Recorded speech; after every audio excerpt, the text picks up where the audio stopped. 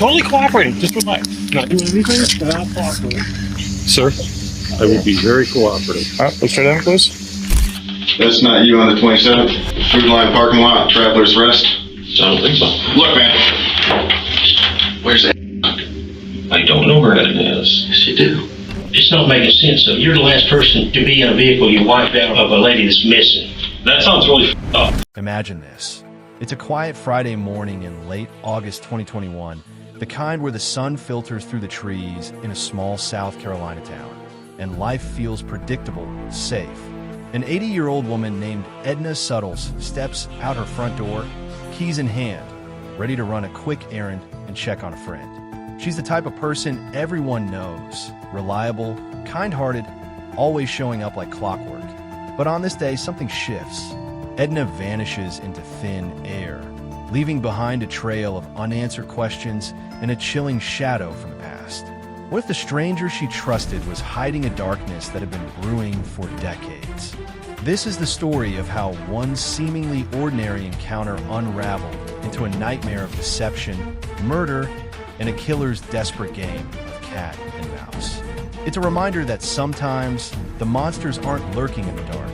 They're smiling right at you, offering help. Edna Subtles lived a simple life in Traveler's Rest, South Carolina. At 80, she was independent, driving her Jeep around town, helping friends, and keeping her home tidy. On August 27, 2021, she left her house around 9 a.m. to care for a sick friend. But when she didn't arrive, alarm bells rang. The friend's family called 911, their voices laced with worry. This isn't like her. She shows up like clockwork. Something's wrong. Police arrived at Edna's home for a welfare check. No answer at the door. No signs of forced entry. Inside, everything seemed normal, except for one glaring absence. Edna's car was gone. Her son noticed something else missing. $50,000 worth of jewelry. Where'd she gone? Why take the jewelry but leave the house unlocked? The questions piled up like storm clouds, and the search for her Jeep became the key to unlocking the mystery. 6 agonizing days later, the vehicle turned up abandoned in a hotel parking lot just minutes from Edna's home. Why park there? She didn't need a hotel room. Hotel staff confirmed no one named Edna had checked in. Detectives turned to CCTV footage, piecing together Edna's last movements like a puzzle with jagged edges. At 9:30 a.m., a pawn shop camera caught Edna driving toward a local food line grocery store. 9 minutes later, she pulled in. But then, a man approached her Jeep, white-haired, unassuming, carrying 2 shopping bags. He slid into the passenger seat, and Edna drove off back toward home. Who was he? The footage was grainy, but his presence felt off, like an intruder in a family photo. For hours ticked by in eerie silence. At 1:43 p.m., Edna's Jeep reappeared at the food line. This time, the driver wasn't Edna. It was the mystery man. He parked next to a blue Chevrolet, his own car, and began transferring something from the Jeep's trunk. At first, it looked like luggage, but frame-by-frame analysis revealed the horror. A glimpse of golden hair, limp and lifeless. It was Edna, drugged, unconscious. The man dragged her body into his car, then drove her Jeep to the hotel lot, wiping it down meticulously, doors, seats, steering wheel, erasing his fingerprints like a ghost vanishing into mist. By 2:14 p.m., he was back in his Chevrolet, speeding away. Edna was gone, and so was he. The footage sent chills through the investigation team. This wasn't a random disappearance. It was calculated cold. But who was this man? The key lay inside the food line. He made a purchase, yogurt, among other things. Store cameras captured his face clearly. Daniel Printz, a 59-year-old handyman with a past that screamed danger. Flashback 24 years to 1997 in Michigan. Printz had kidnapped a woman, tying her up, shackling her hands. She escaped by sheer miracle, leading to his arrest. Sentenced to 30 years, he served only 13 before parole in 2009. Released, he reinvented himself as a helpful handyman, targeting elderly single women, the vulnerable, the trusting. It matched his old victim profile perfectly. And now Edna fitted too. Armed with this, detectives moved fast. Printz's history screamed predator, but they needed more than suspicion. The wiped-down Jeep gave probable cause for grand larceny. A warrant was issued. Officers swarmed his property in Bostic, North Carolina. Printz surrendered calmly, almost too composed, as if he'd rehearsed this moment. "I'm totally cooperating," he said, hands up, voice steady. But his eyes told a different story, calculated, evasive. In the interrogation room, detectives played it cool at first, chatting like old friends to lower his guard. "What do you do now?" one asked. "Home remodeling, repairs. Tile work. Got a customer base." Printz replied, painting himself as reformed. They probed his past gently. "What got you locked up?" "Kidnapping charge. Did 13 and a half years.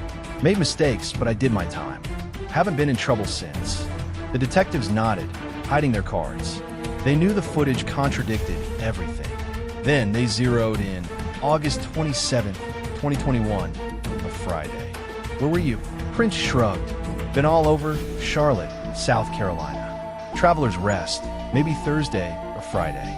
Can't remember exactly." He admitted knowing a woman in Traveler's Rest, claiming they'd become friends. She had problems, daughter in jail, son-in-law issues. Called me for help, but when shown the Food Line footage, his facade cracked. "That's not you on the 27th? "I don't think so." The detectives pressed play. There he was, clear as day, approaching Edna's Jeep. Printz squirmed. "Yeah, that's me. She picked me up, wanted me to check on a private investigator she was meeting. Said she didn't trust him." The story spun wildly. Edna nervous about the PI, asking Printz for protection. They drove to a hotel lobby, but things fell squirrely. He claimed he dropped her off at home, safe. But the videos told the truth. "That's you wiping down the car." "What?" "I was worried. She'd been talking about someone after her." Mud on his tires suggested off-road driving, perhaps to dispose of body. "Where did you go off-road?" "Just pulled over to check a truck for sale." Lies piled on lies. "Dan, where is she?" "Her family's desperate." "I don't have a clue." "Dropped her at home." The pressure built. Detectives revealed more. The yogurt from Food Line, laced with lorazepam, tramadol, and cyclobenzaprine, a sedative cocktail. Edna had been drugged, helpless as he dragged her away.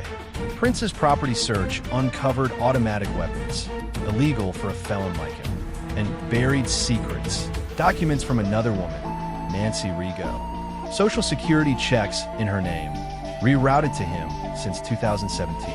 Emails he'd faked to her family, pretending she was alive.